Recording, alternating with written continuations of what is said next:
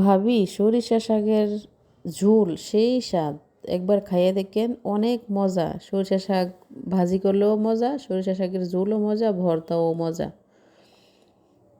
তো প্রথমে ট্রাই করছিলাম শাক, তো শাকটা আসলে তেমন মজা মনে হইলো না আমার কাছে। তারপরে শুনলাম ভর্তা নাকি অনেক মজা, তো এখন একটু ভর্তা ট্রাই করবো। তো আমার ক্ষেতের সরিষা শাক দেখেন অনেক সুন্দর, একেবারে কচি, ছোট্ট ছোট্ট, সপ্তাহখানিক হয়েছে, দিয়ে উঠছে। তো তাজু ভাই কিছু উঠাইছে, আমরা কিছু দিছে, তাজু ভাই কিছু নিছে। তো সরিষা শাকটা একটু কাটতে আমি ভালো করে ধুইয়া নিলাম। তো এদিক দিয়ে দুইটা মাছ আমি তাওয়াতে বসাই দিলাম। তো মাটির তাওয়ার মধ্যে নাকি টাইল্লা মাছ দিলে সে একটু বেশি মজা লাগে। তো আমার কাছে আসলে মাটির তাওয়া এই বাসায় নাই, তো এই কারণে আমি একটু ফ্রাই প্যানের মধ্যে সামান্য একটু তেল দিলাম। তেল দিয়ে তারপরে হলো মাছটি একটু ভাজা নেবো হালকা করে। মাছ আমার ভাজা হয়ে গেছে, মাছটি এখন নামাই নেবো। নামাই তারপরে সরিষা শাক দিয়ে একটু ভাজা নেবো। মাটির তাওয়ার মধ্যে টানলে যথাসম্ভব একটু বেশি ভালো হইতো আর কি। তো আমার কাছে যেহেতু মাটির তাওয়া নাই, সেহেতু আমি ফ্রাই প্যানের মধ্যে দেবো। তো মাছের সাথে কিন্তু মরিচ টেলে নিয়েছিলাম, তারপরে হলো এখন সরিষা শাক দিয়ে টাইলে নিতে আসছি। তো আসলে জানি না সবার রুচি আসলে একরকম না, তারপরে সবাই সবকিছু খাইতেও পারে না। তো আসলে আমার কাছে সরিষা শাকটা তেমন ভালো লাগছে, একটু ঝাঁজ ঝাঁজ লাগে। আমার নিচতলার ভাবি কইছিল আপনি একটু সরিষা শাকের ঝোল করে খাইয়ে দেখেন, অনেক মজা, সাথে একটু মাছ দিয়ে আর কি। তো আমি গত বছর আবার একটু করছিলাম, তো আমার কাছে তেমন ভালো লাগছে না, একটু ঝাঁজ ঝাঁজ লাগে। তো শাকটাও একটু ঝাঁজ ঝাঁজ লাগছে, মানে সবটাই ট্রাই করে দেখছি আর কি, শাক তারপরে ঝোল। তো এখন একটু ভর্তা ট্রাই করে দেখবো। এদিক দিয়ে আমার সব কাজ শেষ। তো ভর্তাটা বানাতে কিন্তু অনেক দূরে যাইতেছি, কারণ